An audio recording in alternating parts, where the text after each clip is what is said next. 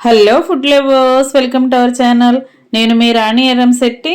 Friends, Sunday వచ్చిందంటే చికెన్తో రకరకాల రెసిపీస్ని చేస్తూ ఉంటాం కదా. కర్రీస్ని డిఫరెంట్గా ప్రిపేర్ చేసి ఫ్యామిలీకి సర్వ్ చేస్తూ ఉంటాం. ఒకసారి నేను చూపించబోయే ప్రాసెస్తో చికెన్ కర్రీని చేసి చూడండి. టేస్ట్ చాలా బాగుంటుందండి. ఎప్పుడు వండేలా కాకుండా టేస్ట్ అనేది మీ అందరికీ నచ్చేలా ఉంటుంది. కాజు చికెన్ మసాలా కర్రీ అండి. కొన్ని జీడిపప్పులు వేసి చికెన్ని ప్రిపేర్ చేయబోతున్నాను. టేస్ట్ చాలా బాగుంటుంది. రైస్కి, చపాతీకి, పుల్కాకి చాలా బాగుంటుందండి. మీరు వీడియోని మధ్యలో స్కిప్ చేయకుండా ఫస్ట్ నుంచి లాస్ట్ వరకు చూడండి. డిఫరెంట్ ప్రాసెస్తో చేసి చూపిస్తాను. అలాగే నా ఛానల్ని ఫస్ట్ టైం వాచ్ చేసిన వారు సబ్స్క్రైబ్ చేసుకుని పక్కనే ఉన్న బెల్ బటన్ని కూడా క్లిక్ చేయండి. ఇంకా ప్రాసెస్ స్టార్ట్ చేద్దాం. 1/2 kg చికెన్తో కర్రీ అనేది ప్రిపేర్ చేసి చూపించబోతున్నానండి. దీనిని గిన్నెలో వేసుకుని సాల్ట్ వాటర్తో శుభ్రంగా క్లీన్ చేసుకుని పెట్టుకున్నానండి.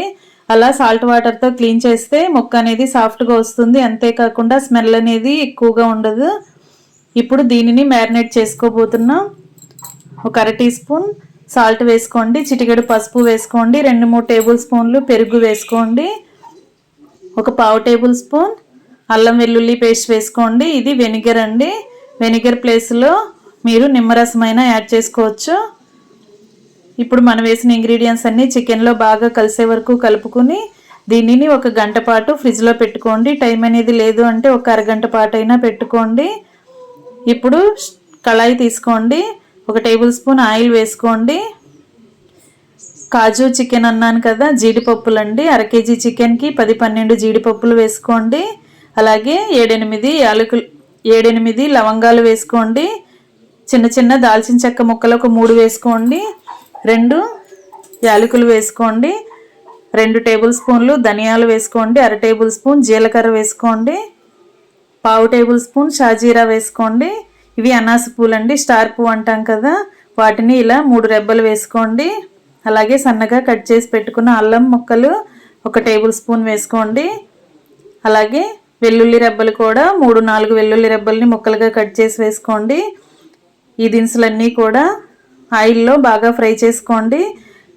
స్టవ్ మీద పెట్టుకుని కళాయిని ఫ్రై చేసుకోవాలండి. ఫ్లేమ్ బాగా తగ్గించుకుని స్లో ఫ్లేమ్లో ఫ్రై చేసుకుంటే కరెక్ట్గా ఫ్రై అవుతాయి. మాడనివ్వకుండా చక్కగా ఫ్రై చేసుకోండి. ఇప్పుడు అదే కళాయిలో 4 టేబుల్ స్పూన్లు ఆయిల్ వేసుకోండి.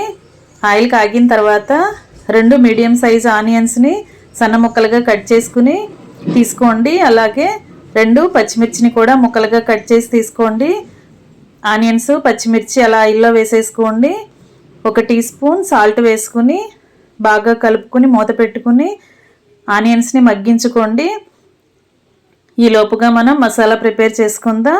మనం ఆయిల్లో ఫ్రై చేసుకున్న మసాలా దినుసుల్ని, జీడిపప్పుల్ని, అల్లం వెల్లుల్లిని అన్నీ కూడా అలా మిక్సీ జార్లో వేసుకుని మెత్తని పేస్ట్ లాగా గ్రైండ్ చేసుకోండి. జీడిపప్పులు ఉన్నవి కదండి, కొంచెం వాటర్ పోసుకుంటూ పేస్ట్ లాగా గ్రైండ్ చేసుకోండి. మెత్తగా గ్రైండ్ చేసుకోండి. ఇప్పుడు ఆ గ్రైండ్ అయిన పేస్టులో కర్రీకి సరిపడా కారం వేసుకోండి. 3 టేబుల్ స్పూన్లు కారం వేసానండి. జీడిపప్పులు పేస్ట్ అనేది మనం వేస్తున్నాం కాబట్టి కారం అనేది కొంచెం ఎక్కువగానే పడుతుందండి. 1/2 kg కర్రీకి 3 టేబుల్ స్పూన్లు కారం వేసాను. కారం కూడా వేసిన తర్వాత మొత్తం కూడా ఒకసారి బాగా గ్రైండ్ చేసుకుని పెట్టుకోండి. వాటర్ పోసుకుంటూ గ్రైండ్ చేసుకోండి. ఇప్పుడు ఆనియన్స్ బాగా మగ్గిన తర్వాత మనం అరగంట పాటు మ్యారినేట్ చేసి ఫ్రిడ్జ్లో పెట్టుకున్న చికెన్ని అలా ఆయిల్లో వేసేసుకుని ఒకసారి బాగా కలుపుకోండి. చికెన్లో నుండి వాటర్ అన్నీ వచ్చి రిలీజ్ అయ్యి చికెన్ అనేది చిక్కబడిన తర్వాత మనం గ్రైండ్ చేసుకున్న మసాలా పేస్ట్, కారం కూడా అలా వేసేసుకోండి. ఒకసారి కర్రీలో మొత్తాన్ని కలుపుకోండి. ఇప్పుడు మసాలా వాటర్ని గ్రైండ్ చేసుకున్న మిక్సీ జార్లో వాటర్ వస్తాయి కదా, కొంచెంగా వాటర్ని వేసుకోండి. ఇప్పుడు ఒక టీ గ్లాస్ వాటర్ పోసుకుందాం. ఒక 1/2 లీటర్ వాటర్ పోసుకోండి. చికెన్ని మ్యారినేట్ చేసుకున్నాం కదా, వాటర్ అనేవి ఎక్కువగా పట్టవండి, కొంచెంగా వేసుకున్నా సరిపోతాయి. ఇప్పుడు కర్రీ అనేది ఉడకటం స్టార్ట్ అయింది కదా, ఈ టైంలోనే మనం శుభ్రంగా కడుక్కుని కట్ చేసి పెట్టుకున్న కొత్తిమీర తురుమును కూడా వేసేసుకోండి.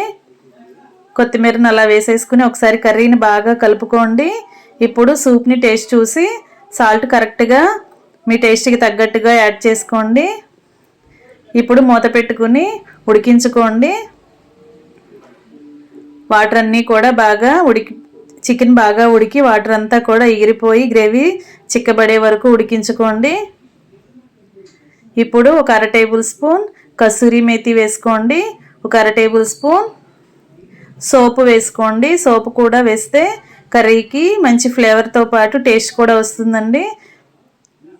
ఇప్పుడు సూప్ని టేస్ట్ చూసి సాల్ట్ కారం మీ టేస్ట్కి తగ్గట్టుగా యాడ్ చేసుకుని మూత పెట్టుకుని చికెన్ని బాగా చిక్కగా దగ్గరగా ఉడికే వరకు ఉడికించుకోండి.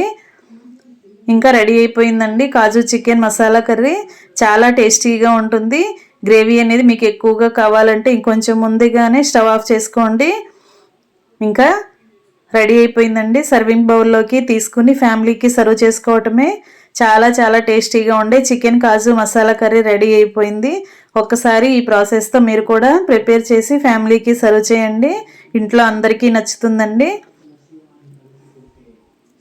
నా ఛానల్ని ఫస్ట్ టైం వాచ్ చేసిన వారు సబ్స్క్రైబ్ చేసుకోండి. పక్కనే ఉన్న బెల్ బటన్ని కూడా క్లిక్ చేయండి. నేను పెట్టబోయే రెసిపీస్ అన్నీ కూడా చూడండి.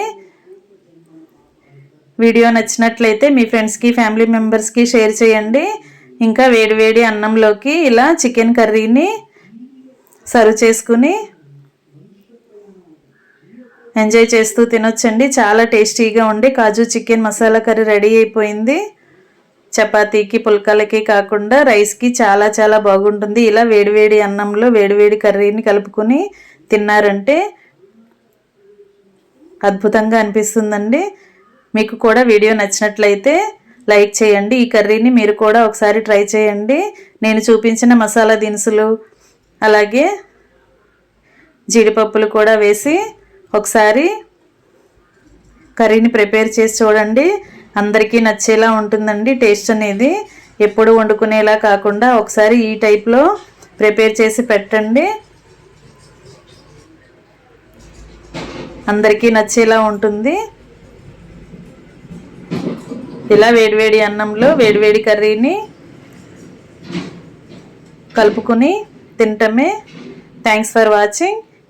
నేను మీ రాణి ఎర్రంశెట్టి.